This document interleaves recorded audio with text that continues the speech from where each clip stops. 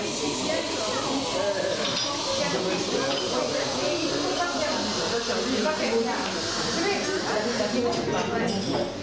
a pris la commission par. Bon, écoutez, on va continuer parce que sinon on va servir. Je vais donner la parole à Pierre-Louis. Pierre-Louis qui est un peu dans un recoin pour ceux qui ne le voient pas, mais vous l'entendez. Il va demander dans le pianiste qu'il a lu et relu, qui est son livre plus Vas-y, Pierre-Louis. Est-ce bien raisonnable de me donner la parole? Oui. Tu es sûr? Certain. Bon, alors j'y vais. Alors je voulais commencer par dire qu'au départ, j'étais pas très chaud pour parler des lieux de l'enfance, parce que je me suis dit que j'allais plomber la soirée. Et je suis content qu'en fait on ait démarré sur une enfance triste, une enfance malheureuse. Je me suis dit, bon, ça va, à côté de ça, je vais paraître léger. Donc, les lieux de l'enfance. Les lieux de l'enfance, je me suis demandé où est-ce que j'ai passé le plus de temps dans mon enfance. Et après m'être posé la question pendant un certain temps, je suis arrivé à la conclusion que c'était un lieu un petit peu atypique. C'était un petit peu atypique parce que, en fait, c'était dû aux circonstances dans lesquelles je vivais. Alors, il faut savoir que j'ai vécu quelque chose d'assez terrible. C'est l'art du suspense. J'ai vécu quelque chose d'assez terrible. J'ai été incarcéré de longues années durant ma scolarité. Chez les jésuites? Non, dans une école tout à fait normale. Les bourreaux étaient les mêmes.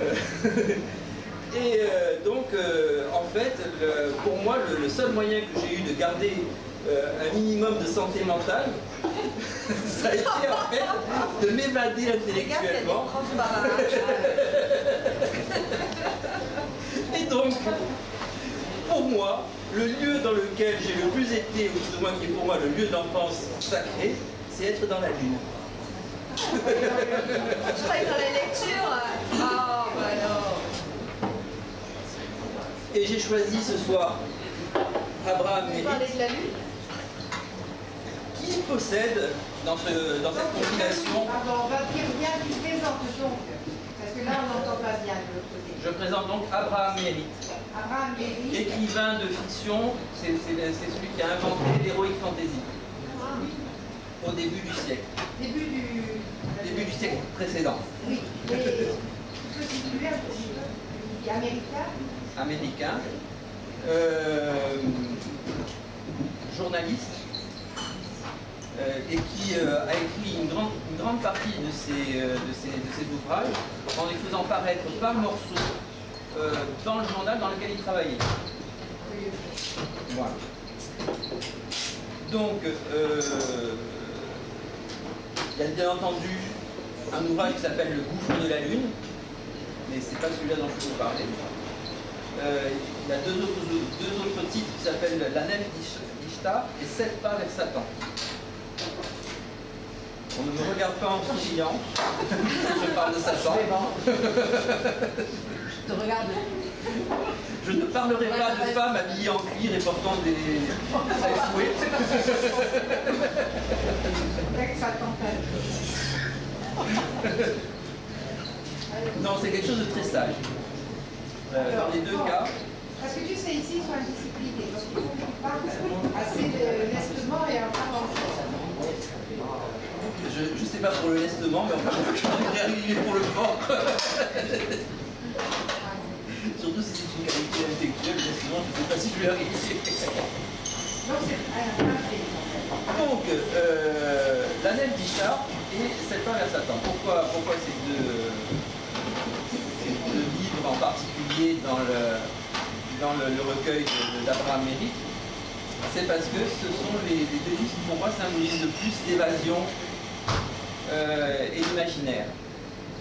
Donc le premier livre qui s'appelle La nef d'Ishtar, c'est l'histoire d'un archéologue qui découvre au sein d'une pierre qui se trouve dans une pyramide une copie d'une nef,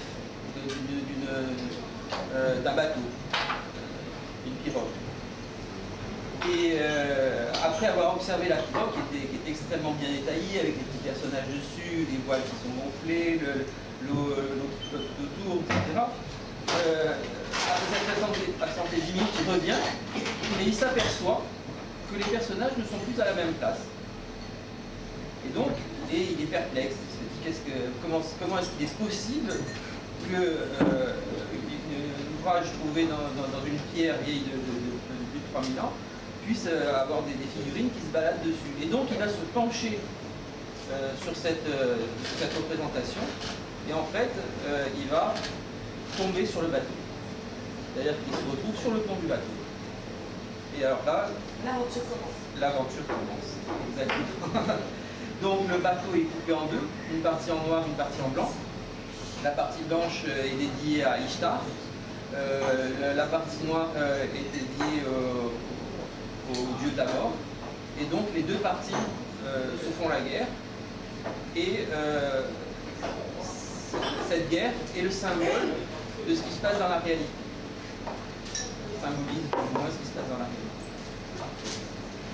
Et alors c'est un auteur dont on dit qu'il est assez difficile d'accrocher. Oui. On dit qu'il est dur de passer les 30 ou 30. Tout à fait. Et que si on le fait, on en a de 30 fois. Tout à fait. Mais elle veut que je fais. Mais là, quand même, sur les Allemands, bah, tu sais pas. Oui, Dites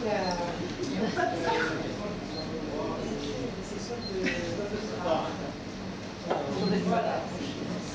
Donc, effectivement, il est un petit peu lourd dans son expression, mais il a de grands coups d'accélérateur. C'est-à-dire que on va traîner pendant un certain temps, et puis d'un seul coup, on va avoir des passages qui vont nous donner des décharges d'adrénaline, plus ou moins des décharges d'évasion intellectuelle. Par exemple, celui qui m'a le plus marqué, c'est donc cet homme qui tombe sur ce bateau. Bon, d'accord, il est tombé sur un bateau. Et puis qui ensuite il revient à son lieu de départ, qui en l'occurrence sa chambre, et qui, subjugué par la personne qu'il avait rencontrée, en l'occurrence la déesse, enfin la prêtresse d'Ishtar, décide d'y retourner, il retourne et va engager un combat pour libérer la nef. Et au cours de son combat, bien entendu, il est blessé, enfin il devient d'abord galérien, puis ensuite il est blessé, puis il réussit à prendre le contrôle du bateau, enfin ensuite il essaye d'amener le bateau vers un port, et à ce moment-là, il est ramené dans la pièce. Et alors il y a une scène qui pour moi est quelque chose d'extraordinaire. Il est donc revenu dans cette pièce, il sort d'un combat, il est ruisselant de sang, il essaye de se soigner donc en couvrant ses plaies avec ce qu'il trouve. Il y a son majordome qui tape à la porte en demandant si tout va bien, parce qu'il a entendu gémir quand il se soignait. Et au moment où il va pour ouvrir la porte, il regarde dans le miroir, il a peur parce qu'il croit qu'il y a quelqu'un d'autre dans la pièce. Et en fait, c'est pas quelqu'un d'autre, c'est lui. Mais c'est lui, mais transformé par des années de galère, c'est-à-dire de galère à ramer, un visage complètement changé, des cheveux qui lui descendent au milieu du dos. Est-ce qu'un enfant pourrait le lire, il y a 14-15 ans? Moi je l'ai lu plus tôt, mais bon. Il y avait cet âge-là quand on l'a lu. Non. Vous avez lu Lovecraft aussi? Oui, bien sûr. Et alors, la comparaison entre les deux, comment? Ce sont deux grands maîtres, Lovecraft dans l'horreur, lui dans le merveilleux. C'est pas le même genre. C'est aussi bien écrit, c'est aussi prenant, c'est aussi extraordinaire. On est dans une autre dimension. Mais Lovecraft, c'est des êtres répugnants qui est visqueux, qui rampent du fond des abîmes pour remonter vers la lumière. Alors que là, c'est le combat du bien contre le mal, c'est l'amour qui doit triompher. Ouais, tu as lu les rites